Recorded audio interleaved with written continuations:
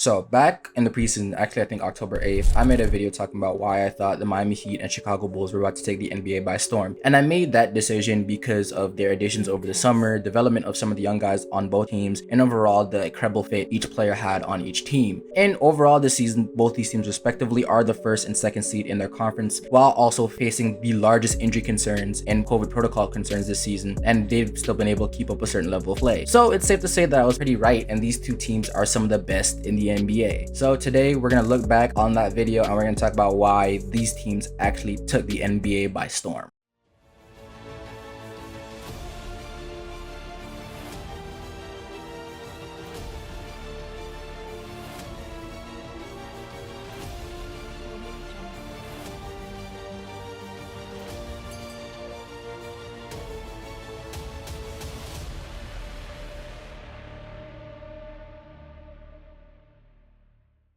So, like last time, we're going to start out by talking about the free agency pieces these two teams picked up in the summer and how well so far they've had an effect on this team. And for the Miami Heat, that would be Kyle Lowry, Omer Yurtseven, PJ Tucker, and Markieff Morris. And for Chicago Bulls, that would be Lonzo Ball, DeMar DeRozan, and Alex Caruso. And from what I can tell you, both these teams have had amazing success with their free agency pickups. And if you're going to talk about that, you have to start with Chicago Bulls, and that would be DeMar DeRozan. And DeMar this season has been absolutely incredible, averaging a clean almost 29, 5 and 5 on 50% shooting from the field, 37% from 3, 88% from the free throw line on 8 attempts from there, being one of the league leaders, top 4 in MVP voting, labeled the worst free agency pickup at the beginning of the season, and now he's one of the best players in the NBA. It's absolutely insane the effect he's had on this team and the type of resurgence he's had over the past couple of years.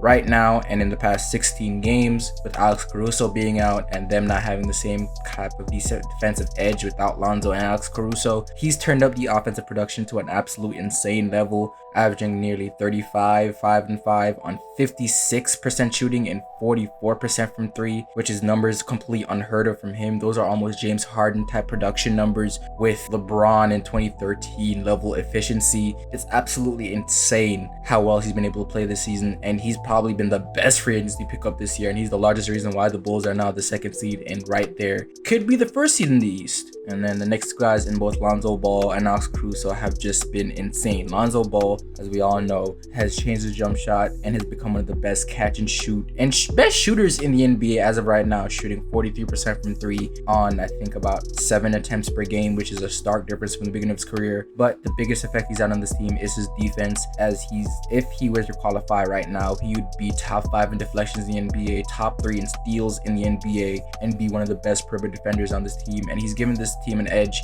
and been guarding the best guards on every single team. So Zach LaVine doesn't really have that much responsibility on the defensive end, and while he does have his lapses at times, he's also botting extremely well on the defensive end, so they really even have that big of a problem. But overall, Zach has proven why he's one of the best role players on this team, and I feel like even though he can be a true point guard for any team in the NBA, this is where he best fits, being an amazing shooter, great role player, and an amazing defender. And I think that does make him close to our star level in this league. I know we look at a lot of numbers like scoring, but right now when a guy's giving you 13 to 15 points per game, being one of the best passers in the game, giving you 5 assists per game, while still not being the main ball handler for your team, only on quick reads, and still be a top 5 defender in the game, he's a guy that should make an all defensive team. I feel like that's a guy you should consider being an all-star. And I know this is career projection isn't what people thought it would be as the second pick in the NBA draft, but he's proven why he's probably still a top 5 pick in that draft, even if you redrafted it today. And then you look at Alex Caruso, a lot of people question that contract and question if he is deserving of that money because of his low offensive production. They don't think he's really worth that much money. But coming into this season, offense has not been the problem. While he hasn't been the greatest shooter on this team, he's still been able to keep a respective field goal percentage, still be a pretty average scorer and a good playmaker coming off the bench. But he's been insane on the defensive end, almost averaging 2 steals per game on only 27 minutes per game. That's absolutely insane, unheard of numbers for somebody coming off the bench. Every single time any one of the guards go to the bench, now Caruso comes in. When him and Zach are on the court at the same time, it's absolute havoc. I saw them take over a game defensively where the lead went from 6 to 23 in a matter of seconds against the Orlando Magic earlier this year, because they're just absolute demons in the passing lane and on the defensive end. And he's one of the reasons why this team has been doing so well. So I don't know what else you can say other than this team had a hit on every single free agency pickup. Top 4 MVP candidate and 2 all defensive team candidates, all in the same free agency class, is absolutely insane. Is the reason why this team went from one of the worst in the NBA, I think 12th in the conference, to now being 2nd in the conference. And next, we talk about the Miami Heat, who's also made some amazing pickups this season. One being Kyle Lowry, who's been the exact floor general this team does need. He's taken a lot of the playmaking responsibilities from Jimmy Butler and Bam Adebayo, and has allowed those guys to be mainly focused on being the best two-way players in this game, to be honest. Bam, the last couple, I think 20 games, has been an absolute demon on the defensive end and has picked up his scoring to levels we haven't seen from him before. Jimmy Butler has been able to focus on being a better scorer and an absolute demon within the passing lanes, and he's having another great year for the Heat. And Kyle Lowry, while starting off slow as a shooter, picked it up over the past couple months, and while his numbers doesn't scream all-star at you, he definitely would have deserved it if he ever made it into the all-star game from just the impact alone he's added on this team. In a pick-and-roll situation with forwards, you'd either go from having PJ Tucker guarding you to Bam Adebayo or Jimmy Butler. That's hell for anybody. I don't know why you'd want to face this team in the playoffs. And then you gotta look at a guy like Omer Yurtseven. In the past couple games, he hasn't had the same minutes he's had since everybody's been healthy. But with Bam out for a significant amount of time and Dwayne Dedmon also going down, he had a little mix there where he was starting and he had a double-double streak where he had at least 10 points and 10 rebounds for about 15 straight games, I think. He's shown that he has some amazing potential, and should the opportunity come, Dwayne Dedmon won't be here forever. I think he's the guy that would look to either be Bam's backup or the guy that plays next to Bam and move Bam to a true position that I think he has in the power forward role. And then you look at a guy like PJ Tucker, who's had a lot more freedom on the offensive end this season, and he's blossomed in the role he's had. While being on Houston or on the Bucks, he's been relegated to a corner 3-pass specialist, and while he still has that specialist here, he's not just relegated to that. He's always mixing it up, getting within the paint, floaters within the lane, layups at the rim. And he said before that this mix-up of offense given him a new life on this team. He feels like a completely different player, and on the defensive end, he's been an absolute demon. And then there's a guy like Caleb Martin that we signed to a 2-way contract this season, and he's blossomed into one of the best guys coming off the bench as a defender in the NBA. He plays almost the same role as Alex Caruso, and in some games that he has been able to close, he's played some absolute insane defense. He's been an absolute spark. He's a great ball handler, can create his own shot. I just don't know how Charlotte let him go that easily. He's having a career year, and he had his contract upgraded to an actual full-blown contract so he can play in the playoffs, which he absolutely deserves. And I know he's probably going to get his bag this offseason, but he's been another amazing pickup overall for this team. But you can't talk about either this team's success without talking about the young guys that they've been able to develop. And for the Chicago Bulls, that being, in my opinion, Kobe White and Ayo Dosunmu. Kobe White has been put in the exact position he's needed to be in this season, being in that 6-man role, not having to be a true point guard, being the combo guard he's meant to be, and focus on being a scorer. And in that role, coming off the bench, he's been able to give the Chicago Bulls some pretty good production at 14 points per game, and some really good efficiency at about, I think, 44% from the field and 40% from 3. He's been great in that 6-man role since Alex Caruso's been out. He's been able to give them almost 17 points per game. He's been perfect in his role. But a guy that really surprised me this year is Ayo Dosunmu, somebody that was picked with the 38th pick in the NBA draft, and he's shown that he has more potential than about 30 of the guys picked over him.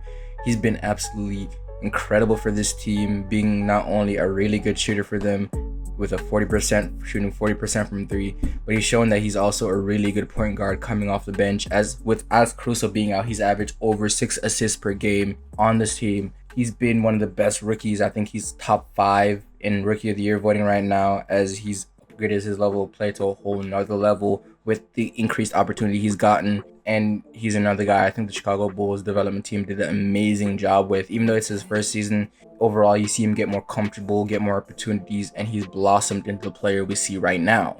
And for the Miami Heat, the biggest guy you can say you can look to them developing is Tyler Hero, who's the front runner for Sixth Man of the Year, averaging over 20 points per game, 5 rebounds, 4 assists on 44% shooting from the field and 38% from three. One of the best scorers in the NBA. I think one of the better closers in the NBA right now. And the way his game translates in playoff time, being as great of a mid-range shooter and being able to operate in that space as he is, he's going to be vital to this team going into that time. And he's just been an amazing player, an all-star level player this year. I think he's a guy that probably did get kind of snubbed going into the all-star break. But again, he's another amazing player that's really given a big spark to this team. But the real unsung heroes has been guys like Gabe Vincent and Max Strus, who people really didn't look at all as a big piece. But with a lot of injuries to the Miami Heat team, COVID protocols, they've gotten more opportunities. And Max Strus has been able to show that he's one of the best shooters in the NBA, especially with Duncan Robinson being struggling a good amount this season. He's picked up the slack and been the best shooter on this team. Then you have a guy like Gabe Vincent who's come through and been an amazing floor general for this team behind Kyle Lowry, being an amazing shooter, increases ball handling ability to a whole nother level, being an amazing finisher at the rim, and overall just being a solid, really solid backup point guard who I know is probably going to also get his bag when his contract is up. So those two guys have been absolutely amazing for their teams, and both development teams have been amazing in building these players up and giving them the confidence and the skill set to be the players that they are right now. And you can't talk about either of these teams' success without talking about the top dogs on either team. If the Chicago Bulls, that being Zach LaVine and I guess Nikola Vucevic, and for the Miami Heat, that being Bam Adebayo and Jimmy Butler. And starting off with the Chicago Bulls, Zach LaVine has been absolutely incredible this season. Another all-star year, averaging nearly 25 points per game. And while some of the efficiency and the production has gone down, you expect that with somebody like DeMar DeRozan playing as well as he is, and Zach LaVine averaging less minutes, less touches while on the floor as of right now. But overall, it's still insane how well he's been able to play. While the efficiency has dropped off, he's a volume shooter, so when you get less shots, you expect probably efficiency to look a little worse. But this season, still doing an amazing job. He's one of the better closers in this league, gives his team a whole nother dimension. His ability to shoot from the perimeter is a large part of the reason why DeMar DeRozan has such amazing space at the mid-range area and at the rim to work as well as he has been this season, being able to go one-on-one a lot of the times. So Zach has been absolutely insane and bought it on the defensive end, which is surprising to me. He's really actually shown some ability to play really good defense this year. Normally, you don't see that from him. While he still does have his defensive lapses, still miss certain rotation, he still does put an effort on that end, which is something you couldn't say about him in the past. And you have somebody like Nikola Vucevic, which has been pretty underwhelming this year, but he's been inconsistent, still giving you 18 and 12 a game this year, which I really don't think you can complain about. I understand his defense is not the best, and playing against some pretty good offensive centers, he's been getting cooked this season. But you take the good with the bad, and he's been giving you some great offensive potential this year. And with all your defensive guys back, you can take some of the pressure off of him and not expect him to be a rim protector, since that's not his strong suit at all. But he's also been a guy that's been able to hold down his level of production and not really giving you a big drop off. Even though his 3-point percentage is still in the gutter this year compared to years before, his overall shooting percentage really is not that bad, around 46% when you're considering the amount of perimeter shots he takes for a big guy. And then for the Miami Heat, both Jimmy Butler and Bam Adebayo has missed some significant time this season, but in the time they've played, they've been amazing for this team. Bam Adebayo has been one of the guys that has had almost zero rest in the past 3 years. I mean, going from the bubble to starting the next season 2 months later, to then playing in the Olympics, to then starting this season. I think that hand injury was a blessing in disguise, giving him about a good 2 to 3 months of rest and recuperation, and he's come back and shown that that's done wonders for him, being an absolute demon on the defensive and offensive end. As he's gotten more comfortable trusting his hand, him on the defensive end has been defensive player of the year worthy. I think I'll talk about that in a separate video. Offensively, he's been a lot more aggressive, and he's realized that there's not a lot of people in the world that can stop him, if any, when he really puts his head down. So he's also had an amazing year. And Jimmy Butler has been Jimmy with the playmaking roles. Well, some of the playmaking roles taken off of him. He's been able to focus as a scorer on this team, and you can always trust him to give you a good 20 to 25, sometimes 30 every single night. You can trust him to be one of the best defenders in the NBA. He's always been able to keep up that level of production, and his game has been able to age with him. Even as he's gotten older, the production hasn't really dropped off, simply because it doesn't take crazy amount of athleticism to play like Jimmy does. So overall, they've both been absolutely amazing so far this year, and they're also the largest reasons why their teams have been successful. So that's how both these teams are taking the NBA by storm. It's a mix of free agency pieces, young guys they've developed, and the stars they already have on their team keeping up or even getting better and playing better than they have before. Let me know what you think in the description down below. Do you think these two teams are the best in the East right now? Do you think that they probably are just having a fluke season and probably are early outs in the playoffs with real contenders like Philly, Milwaukee, and maybe Brooklyn really in the mix? Let me know what you think in the comment section down below. That being said, Chef LB, that's my time, and I'm out.